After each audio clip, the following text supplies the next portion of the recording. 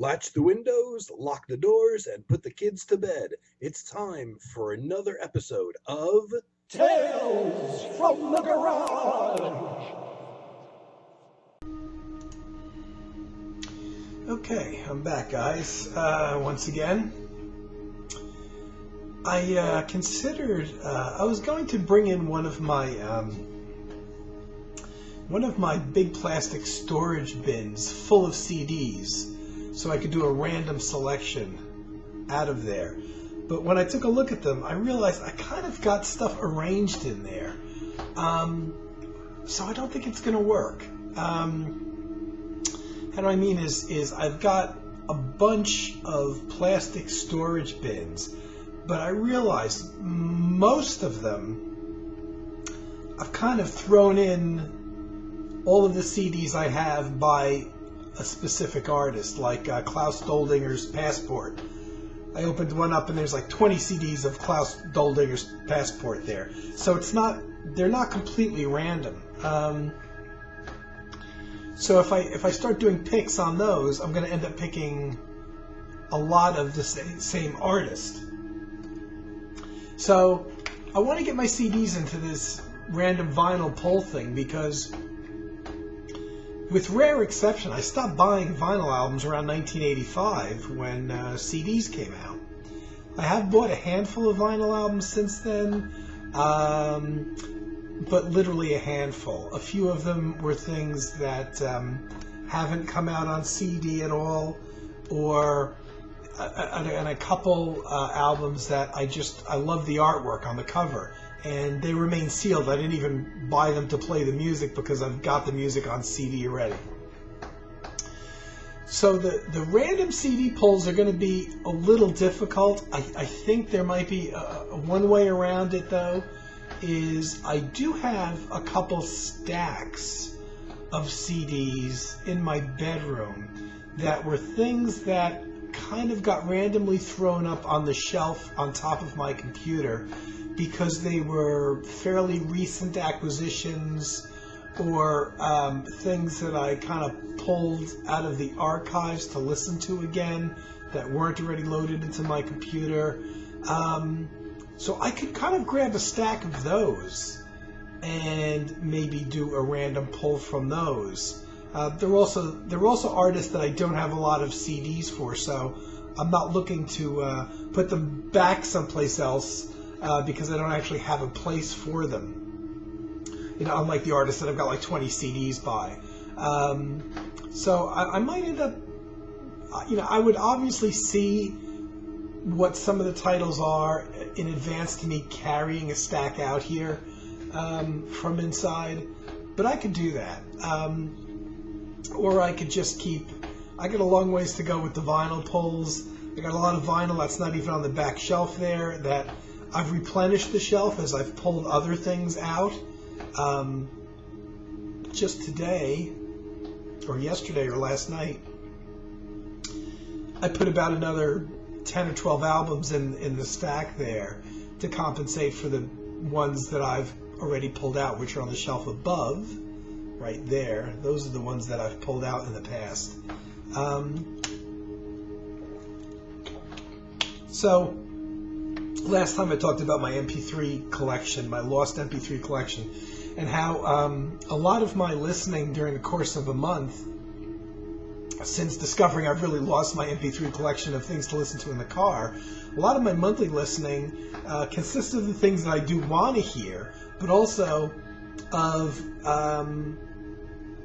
choosing what albums by an artist I'm going to put on this MP3 disc to play in my car. Usually the MP3 discs are pretty much just artists that I've loved for a long time and I have a lot of albums by, and I can't fit everything that I have by them on one MP3 disc, even though it fits about 8.5 hours of music.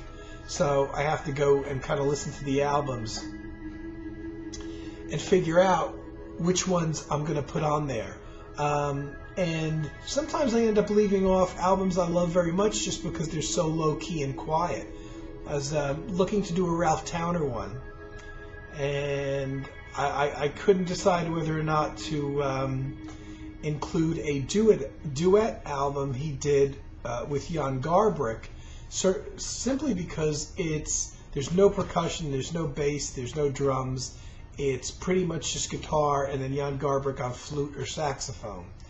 And it's kind of, a lot of it is subtle and low key, and I don't know how it's going to play in the car, even though it's an album I love very much. So, that's what goes into this deciding factor of what albums I'm going to stick on my MP3 discs or not. And sometimes the decision gets overridden just because I love the album so much, even though it's kind of subtle, and driving around in the car you're going to hear all kind of noise. Sometimes I'll still put it on. I'll put it on the disc anyway, even though sure enough when you're playing it in the car, you got the hum and the rumble and if it's raining outside while you're driving, whatever. Okay, enough of that. I'm going to start picking.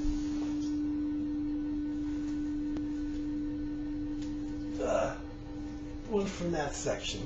Well, it's an ECM. I don't think most of the new ones I put in there yesterday are not ECM recordings, but this one is. Boy, this has to be close to the.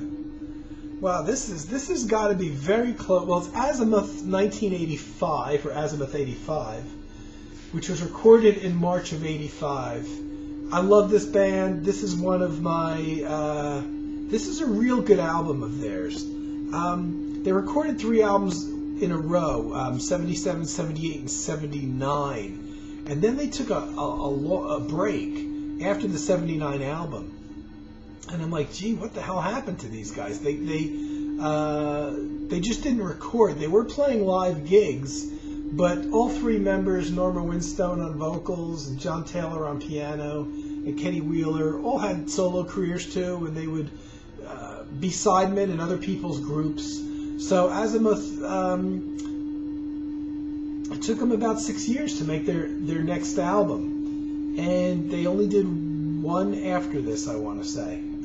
Pretty sure only one, yeah. But this one, it's hard to rate them, but and the first one will always be my favorite, but it's a bit unusual because it's the only one that has synthesizer on it.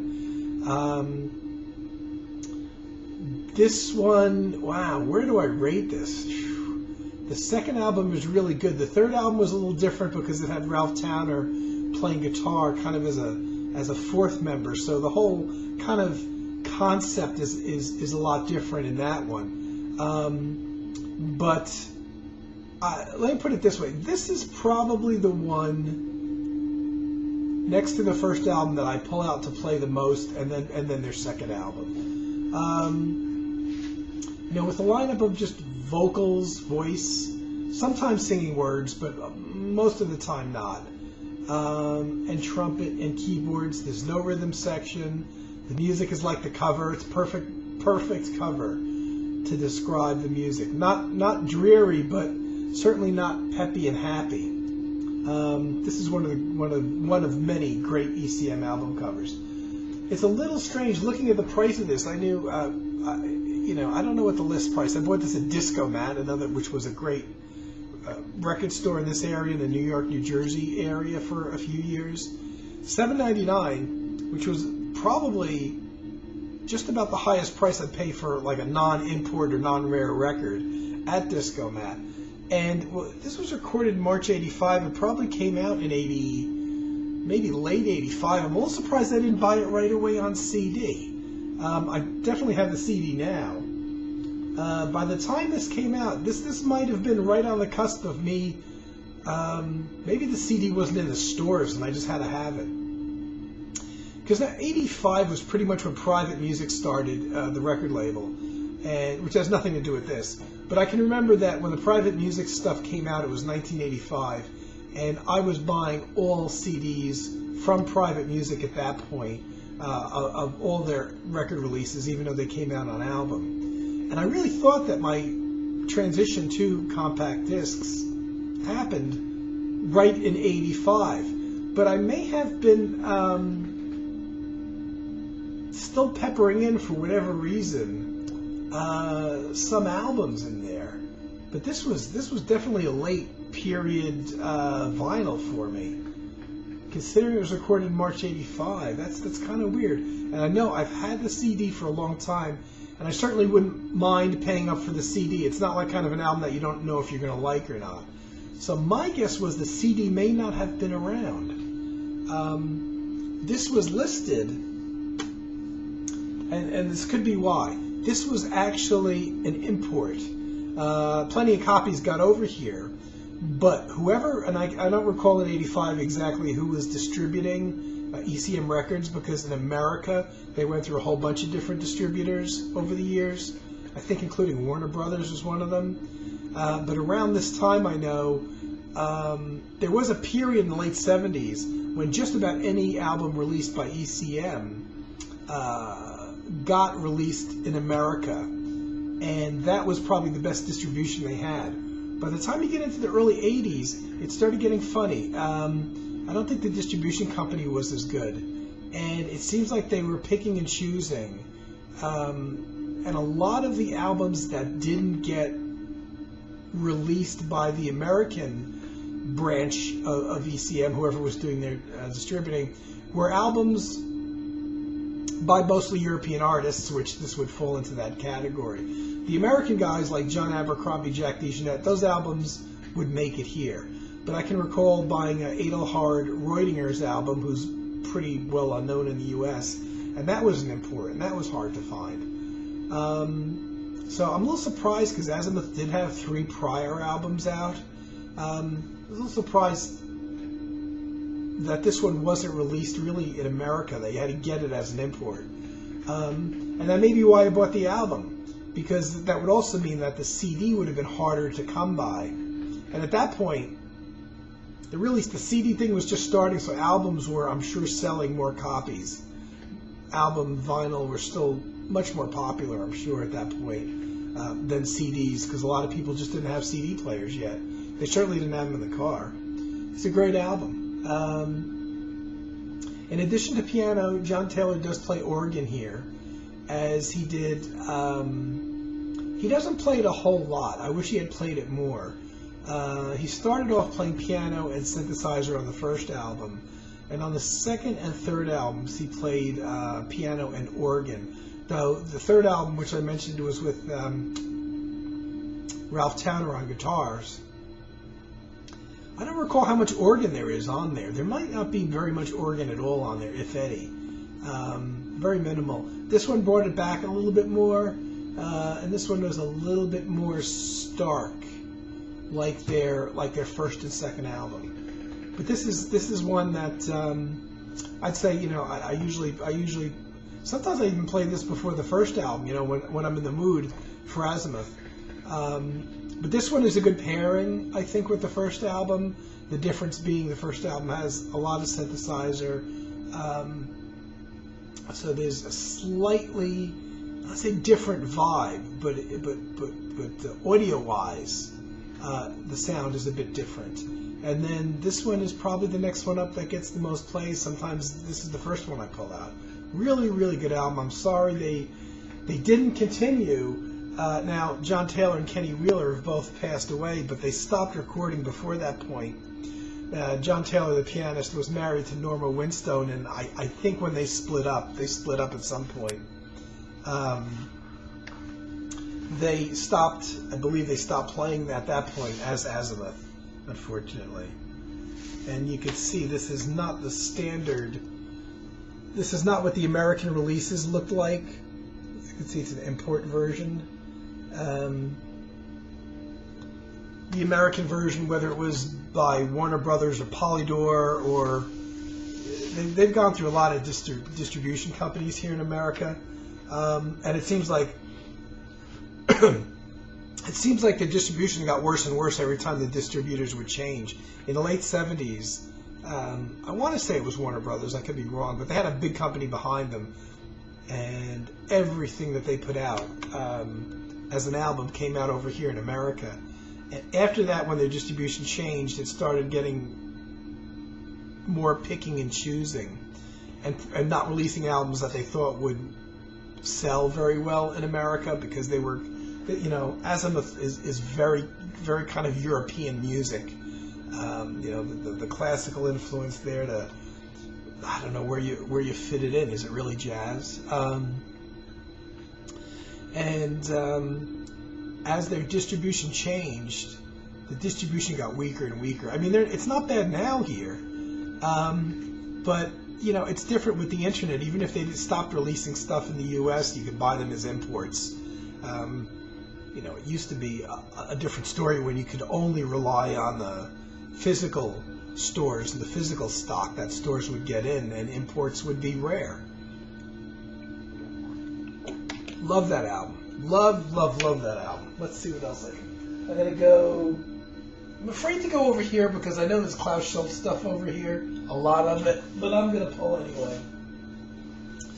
Oh, okay. Well, here's something a little bit apart. Anthony Phillips, who was actually the founding member of Genesis, the rock band, though he left after their second album. This is Ivory Moon. This was 1986 album. Again, 86. Huh.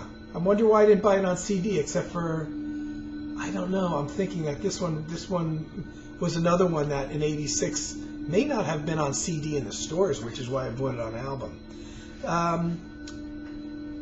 Anthony Phillips, what can you say about him? The co-founder of Genesis, and actually probably the most important writer in the band when they started in the early days. This is an album called Ivory Moon of just solo piano. It's not one of my favorite. It's an excellent solo piano album, but Anthony Phillips's strength is not just his keyboard playing, but he's even better known as a guitarist, especially classical and nylon and acoustic guitars. He does play electric as well, but less so than the other two. And his real strength, I think, is his ear in terms of writing for instruments. So he's got a lot of albums where he uses other musicians, and he's got a great ear for mixing different musicians. So his solo albums that are like strictly just guitar or just piano, I think are not as appealing. They're certainly good, but to me, Anthony Phillips, I can't think of anybody better that instrumentally describes the landscape of the British countryside. That's all I can think about. You know, his music is probably the single best music to use if you're ever doing a documentary or something filmed in England where you have a lot of outdoor scenes, especially out in the forest. And he's British, so it makes sense. I don't think he intends on doing that in his music, in his original music. I think it's just a byproduct of where he grew up, what he absorbed, and he probably listened to a lot of classical music growing up. And he's got a great ear for combining instruments. So most of his albums, he uses different musicians, maybe track to track. And so you'll have kind of a basis of mostly his acoustic guitars and classical guitars and piano and some synthesizer as well.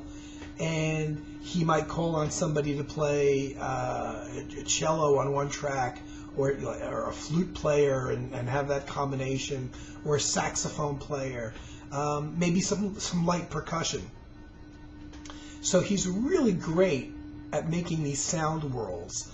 And he's got a lot of varied albums, and this is proof of it. You know, you've got this one that's just him, no guests, just solo piano. You've got some solo guitar things. You've got an album that he did, which is back there, of guitar duets with another guitarist. And then you've got the probably larger majority of his solo albums, which are him solo at times, him, with guests sprinkled in and out of there.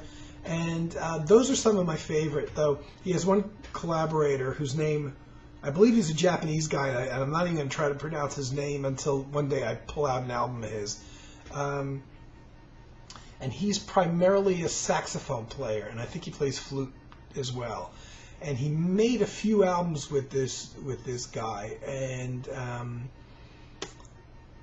that guy, the Japanese musician, is the only other musician that appears on the albums.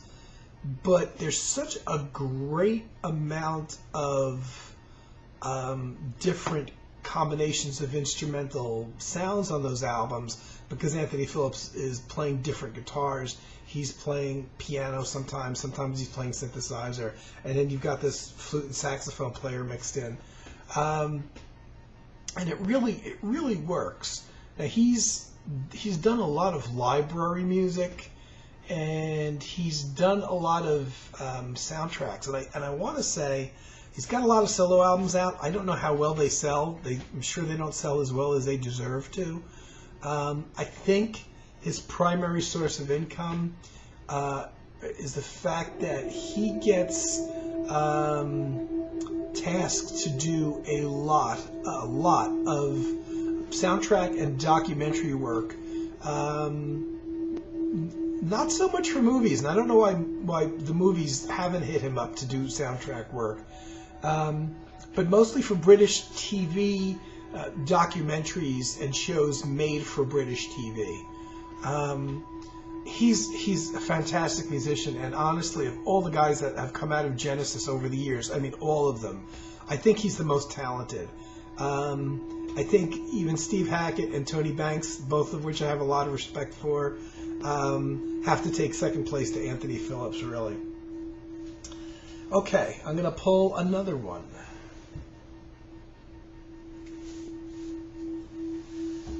I think I talked about this one before.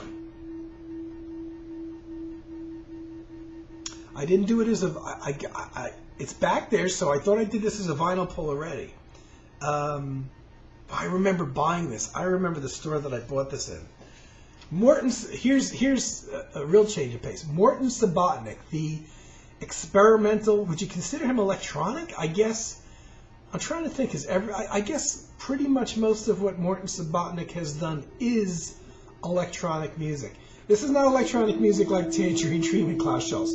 This is experimental stuff that almost nobody listens to for enjoyment, except for me and the people that watch my videos. This is very experimental, out there stuff. You can see I bought this new, sealed, in a record store for $2.99. They probably just couldn't barely give this away.